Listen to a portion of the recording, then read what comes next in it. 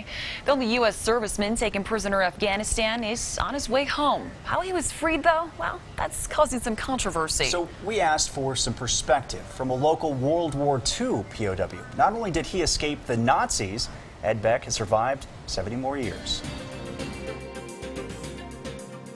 Please, I'm begging you, bring me home.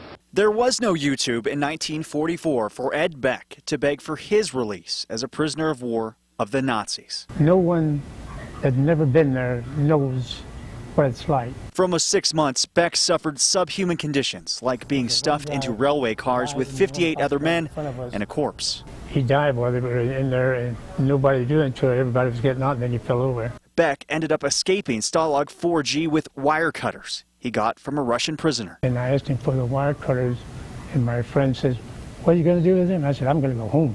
He said, "You're going to get killed because if you escape, they killed you."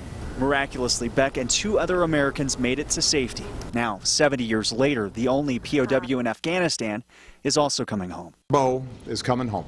But at the cost of 5 top Taliban military commanders held as prisoners at Guantanamo Bay, which is causing controversy. These individuals would have the ability to re-enter the fight, and they are big, high-level people, possibly responsible for the deaths of thousands.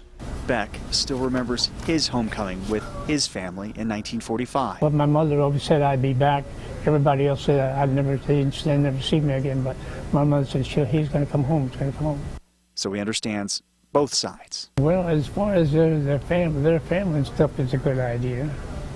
But well, like I say, we're not supposed to negotiate. That's the thing. See. A decision by the president to save one POW that could affect those in the future. The 5 Taliban prisoners who were released are now in Qatar, facing a minimum 1-year travel ban.